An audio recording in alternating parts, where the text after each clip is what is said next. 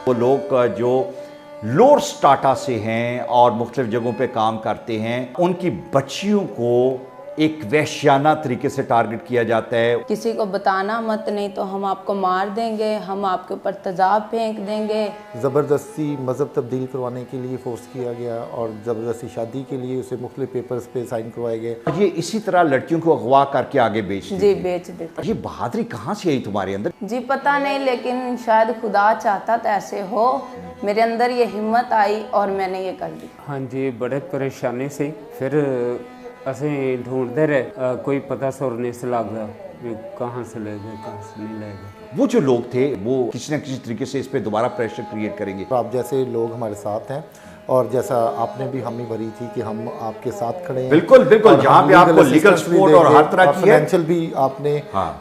Support किया और आगे भी आपका ये है मामला कि आप करेंगे, तो डेफिनेटली मुल्ज़मान जो है वो कैप्चर किरदार तक हम उनको पहुँचाएंगे। परसिक्यूशन की डेफिनेशन पूरी दुनिया में जहाँ कहीं इसका जिक्र होता है वो ये की जाती है कि जब किसी के साथ उसकी मजबूरी की वजह से ज़्यादती की जाए, और मजबूरी ये है कि आप गरीब हैं, आपके माली हालात ठीक नहीं हैं, आप किसी ऐसी कम्युनिटी से ताल्लुक़ रखते हैं जो इन्फ्लुएंशियल नहीं है, तो फिर आपको विक्टिम किया जाता है, आपको टारगेट किया जाता है। और पाकिस्तान में unfortunately this is very common, irrespective of the religion, cost और द क्रीड।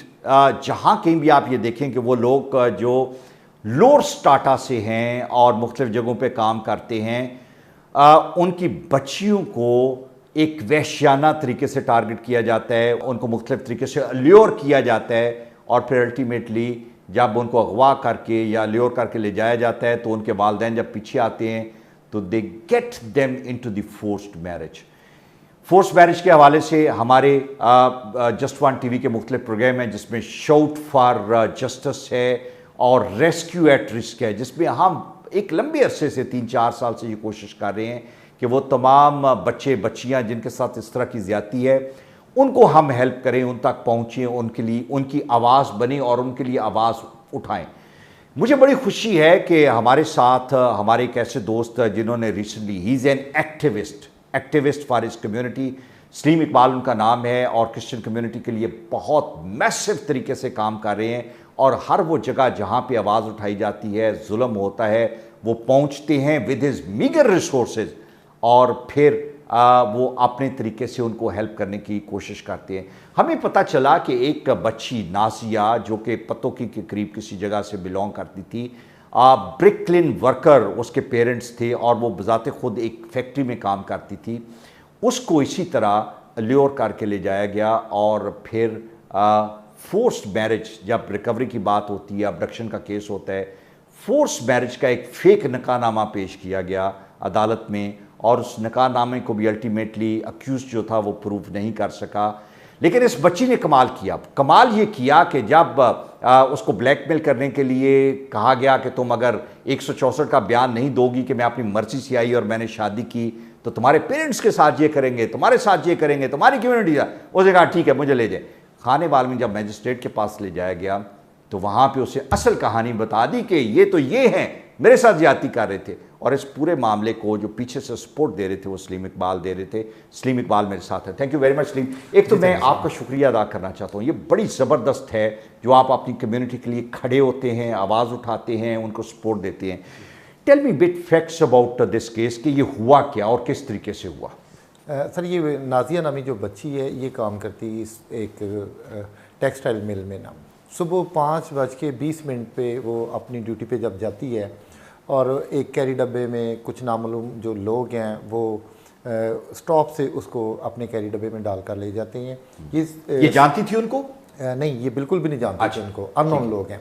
और 7 तारीख को पर्चा होता है, 7 तारीख को अगवा होती है 7वें महीने की, और फिर उसके बाद जो उसको नामालूम जगहों पर लेके जाते हैं और वहाँ पे उसने बताया कि और भी लड़कियाँ थी और शायद आगे उनका जो बिज़नेस है वो लड़कियों को बेचते हैं, और फिर उसे ज़बरदस्ती मज़हब तब्दील करवाने के लिए फ़ोर्स किया गया और ज़बरदस्ती शादी के लिए उसे मुख्तलिफ़ पेपर्स पे साइन करवाए गए।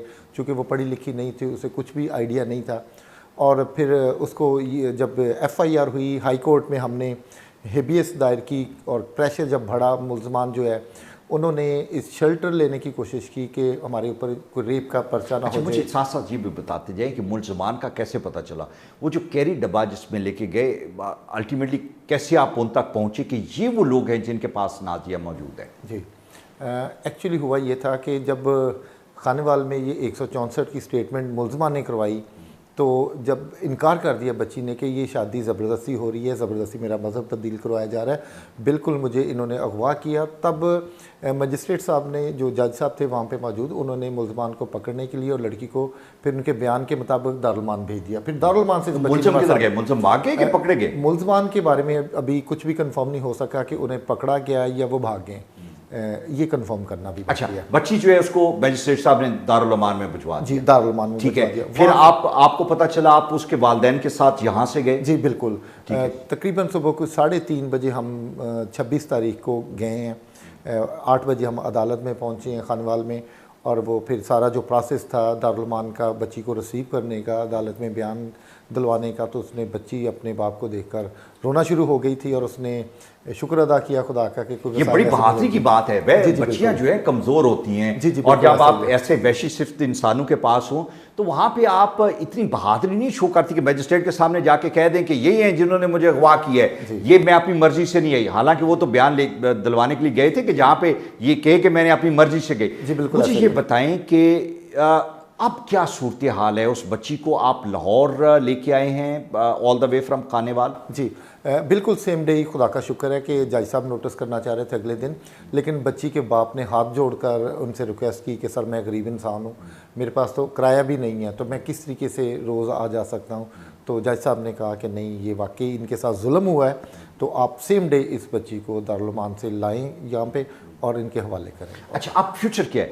वो जो लोग थे डेफिनेटली जो पहले धमकियां देते थे, जिन्होंने इसको इसके घर से अगवा किया, वो इस तरह तो नहीं छोड़ेंगे, वो वापस आएंगे, वो किसी न किसी तरीके से इस पे दोबारा प्रेशर क्रिएट करेंगे। तो आपके जेहन में कोई प्लान है इनको कि क्या, किस तरीके से इनको, इस फैमिली को लेकर चलना है? जी बिल्कुल अलमा साहब, हम पूरी कोशिश करेंगे इंसाफ लेने के लिए, क्योंकि FIR हो चुकी है, मुल्ज़म एक ने ज़मानत भी करवाई थी, उसकी ज़मानत कैंसिल हो चुकी है, और आप जैसे लोग हमारे साथ हैं, और जैसा आपने भी हामी भरी थी कि हम आपके साथ खड़े हैं। बिल्कुल बिल्कुल, जहाँ पे आपको लीगल सपोर्ट और हर तरह की फाइनेंशियल भी आपने सपोर्ट किया, और आगे भी आपका ये है मामला कि आप करेंगे, तो डेफिनेटली मुल्ज़मान जो है वो कैप्चर किरदार तक हम उनको पहुँचाएंगे। उसके लिए स्ट्रेटजी बना ली गई है, और आपने जो वकला हमें दिए हैं उनको सारे मामला जो अच्छा, मुझे ये बताइए, ये लोग हैं कौन? ये जो दो लोग हैं, कि स्क्वांडर है और दूसरा जो है जो नॉमिनेटेड है इस पर्चे में, इनकी बैकग्राउंड क्या है? आपने पहले बताया कि और भी लड़कियां थी वहाँ पे, अभी हम नाजिया से भी पूछेंगे, लेकिन है क्या? एक्चुअली नाजिया के मुताबिक ही हमें पता चला है कि वहाँ पे और लड़कियाँ भी हैं, और उनका कारोबार जो है वो यही है कि लोगों से पैसे लेकर उनकी शादियाँ करवाते हैं, लड़कियों को बेचते हैं। वो मुख्तलिफ़ इलाकों ज़िला से उन्होंने बच्चियाँ वहाँ पे रखी हुई हैं उस घर में, और वहाँ से फिर वो बच्चियों को आगे उनकी डील करके उनको बेचा जाता है। अच्छा, पत्तों की अभी आप दोबारा लेके जाना चाह रहे थे, उसके लाइक 164 के बयान वहाँ पे आप दिलवाना चाह रहे हैं? जी बिल्कुल। ये वहाँ पे जहाँ पे बेसिकली आपने केस रजिस्टर करवाया था? बिल्कुल, थाना फूलनगर सदर में जो पर्चा दर्ज हुआ है, और अब 164 और 161 की स्टेटमेंट, और फिर उसके बाद बच्ची का मेडिकल, और ये सारे जो लीगल प्रोसेस है ये पूरे करेंगे, और फिर मुल्ज़मान को सख्त सज़ा मिल सकेगी। ठीक है सलीम, मैं आपकी बहादुरी को, आपकी जुर्रत को मैं सलाम करता हूँ, और जिस तरह मैंने पहले भी कहा कि हम पूरी कोशिश करेंगे कि जस्ट वन टेलीविजन अपने वकला के नेटवर्क से हर तरीके से आपको सपोर्ट करे और आपके साथ खड़े हो, क्योंकि by the end of the day इंसानियत के साथ ज्यादती नहीं होनी चाहिए, और जिस तरीके से आप एफर्ट कर रहे हो, this is a ट्रेमेंडस effort. Nazir, हम अभी नाजिया से भी बात करेंगे, पूछेंगे, ये बड़ी बहादुर बच्ची है और ये एक मॉडल, रोल मॉडल है अपनी कम्युनिटी के लिए। So let's talk to the Nazia and learn from her कि उसका एक्सपीरियंस क्या था।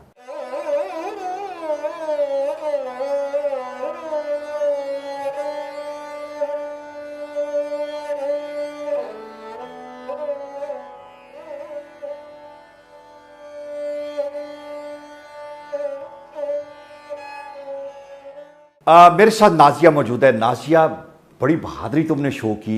मुझे ये बताओ पहले दिन जब इन्होंने तुम्हें मॉर्निंग में, तुम अपनी फैक्ट्री जॉब के लिए जा रही थी तो अगवा करके लेके गए, तो वो किस तरह के लोग थे, क्या था गाड़ी में, उन्होंने क्या बात की आपसे? जी, गाड़ी में उन्होंने ये बात की थी कि आप किसी को बताना मत, नहीं तो हम आपको मार देंगे, हम आपके ऊपर तेजाब फेंक देंगे। इस तरह की बातें उन्होंने की, धमकियां लगाई मुझे। अच्छा, जिस जगह पे लेके गए वो कैसी जगह थी, किस तरह का माहौल था? जी, वो अजीब सी जगह थी और वहाँ पे कुछ लड़कियां थी कमरे में जो कितनी बंद लड़कियां थी। थी? काफ़ी ज़्यादा लड़कियां थी, उन्हें बेच देते थे आगे। वो लड़कियों ने खुद बताया? कैसे पता चला कि वो बेच देते हैं? जी, क्योंकि हर एक जो है मजबूर है, क्योंकि उन लड़कियों ने मुझे बताया कि आप बयान कराने के लिए जा रही हो तो आप हमारे लिए भी दुआ करना कि हम भी ऐसे ही जा सकें। लेकिन मेरे अंदर जो चल रहा था ये था कि मैंने वापस जाना है। उन्होंने मुझे बोला हम आपको बयान के लिए नहीं लेके जाएंगे, आपके बयान नहीं होंगे। मैंने बोला मैं आपकी तरफ के बयान दूंगी, आपके हक में बयान दूंगी जी, और आप मुझे ले जाएं। जी, ये आपने बड़ी ज़बरदस्त प्लानिंग की आपने। मुझे ये बताओ, जो बाकी बच्चियां थीं वो क्रिश्चियन थी या मुसलमान थी या क्या था, सब मजहबों से थी? जी, सब मुस्लिम भी थी और क्रिश्चियन भी थी, ज़्यादा मुस्लिम थी। और ये इसी तरह लड़कियों को अगवा करके आगे बेचती जी, थी? बेच देते। अच्छा, जब मैजिस्ट्रेट के पास गई तो वहां पे तो आपने इन सबको ये बताया था कि आपके हक में मैंने बयान देने, हक में क्या बयान देने का उन्होंने कहा था? कि शादी की है? हाँ जी, उन्होंने बोला था अपने कहना है कि अपनी मर्जी से मैंने इस्लाम कबूल किया है, अपनी मर्जी से मैं खुद आई हूँ और किसी ने कोई ज़ोर ज़बरदस्ती नहीं की। अच्छा, फिर आपने मैजिस्ट्रेट के सामने क्या कहा? हाँ जी, मैंने उसे बोला कि ये मुझे ज़बरदस्ती लेके आए हैं, मैं अपनी मर्ज़ी से नहीं आई, मैंने अपनी मर्ज़ी से इस्लाम कबूल नहीं किया। इन लोगों ने मेरे साथ ज़बरदस्ती मुझे लेके आए हैं और भी लड़कियां हैं जिनको ये लेके। तो मैजिस्ट्रेट ने फिर क्या किया? जी, उन्होंने उन्हें पकड़ा तो था, लेकिन अभी ये नहीं पता कि वो जेल में हैं या बाहर हैं। अच्छा, और आपको दारुल अमान जी, मुझे वहाँ पे भेज दिया। अच्छा, ये बहादुरी कहाँ से आई तुम्हारे अंदर? ये तो डर जाते हैं कि मेरे वालिदैन को नुकसान पहुँचाएंगे, जिस तरह उन्होंने कहा कि तुम्हारे चेहरे पे तेजाब फेंक देंगे, तो बड़ी बहादुरी वाली बात है। जी, पता नहीं, लेकिन शायद खुदा चाहता तो ऐसे हो। मेरे अंदर ये हिम्मत आई और मैंने ये कर दिया। अच्छा, अब तुम्हें आने वाले टाइम में क्या डर है? कोई डर है तुम्हें? कोई ये लोग वापस आ जाएंगे इसी तरह, कोई तुम्हारे से दोबारा कोई अटैक करेंगे या हाँ जी, हो सकता है, क्योंकि वो बहुत खतरनाक होते हैं इस तरह के मामले, इस वजह से हो भी सकता है, डर है भी। अच्छा, और तो मुलजिमान को उनको सजा मिलनी चाहिए। बिल्कुल मिलनी। हम भी तुम्हारे साथ खड़े हैं। मुझे ये बताओ, जिस फैक्ट्री में तुम काम करती हो, क्या काम करती हो? जी, मैं पैंटे जो उनके अलग अलग पीस हैं उन्हें हम सिलाई लगाते थे। वहाँ पे छोटे छोटे पीस होते थे, थोड़ी सिलाई लगाते थे। तो कितने बहन भाई हो आप? हम 10 बहन भाई। 10 बहन भाई हो। तो बाकी जो बहन भाई हैं वो कोई उनमें से पढ़ता भी है कि नहीं? उनमें से कोई नहीं पढ़ता। अच्छा, सब काम करते हैं। जी। वालिदैन पे कोई कर्जा शर्जा है? हाँ जी। कितने? 4 लाख। 4 लाख रुपए। किस चीज का? वो भट्टे पे काम करते जी, हैं? भट्टे पे काम करते हैं। अच्छा, चलो, अब अपने आप को एहतियात करनी है। और फिर मैं तुम्हें ये कहता हूं कि तुमने बड़ा ज़बरदस्त काम किया है। तुमने बड़ी बहादुरी से जो मैजिस्ट्रेट के सामने बयान दिया है, ये बहुत ज़बरदस्त काम है और शाबाश है तुम्हें इसके लिए।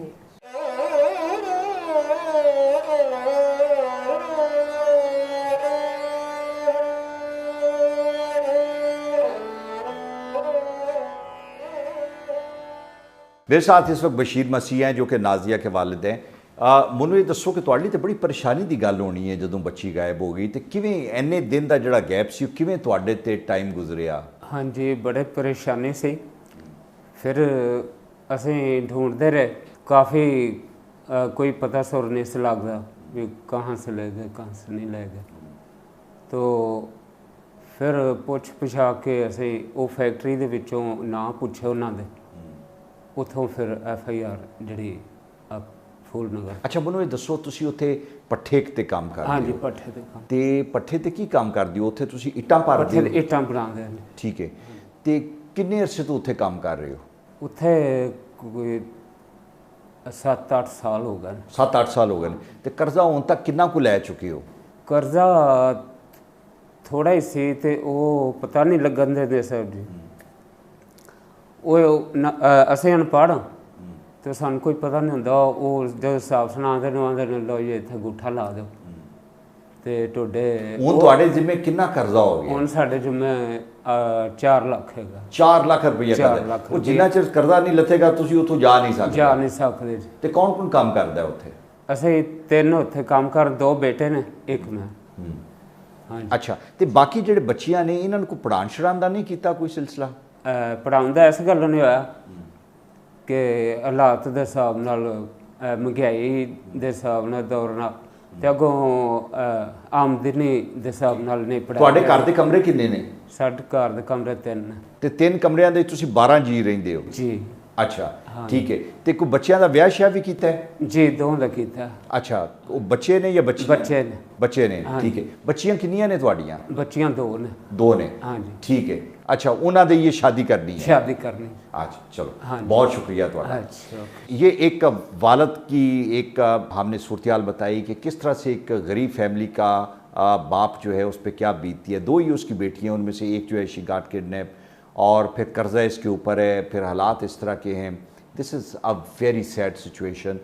हम कोशिश करेंगे कि हम इनके साथ रहें और इस फैमिली को हम रेस्क्यू करें जितना हो सके।